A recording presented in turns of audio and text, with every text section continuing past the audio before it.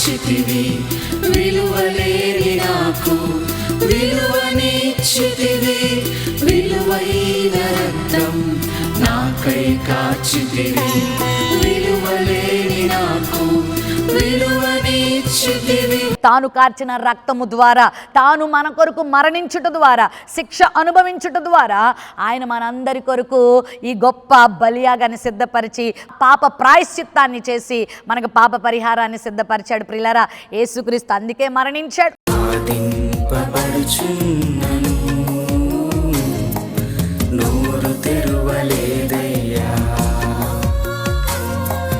హింసించబడుచున్నను, దూషించలే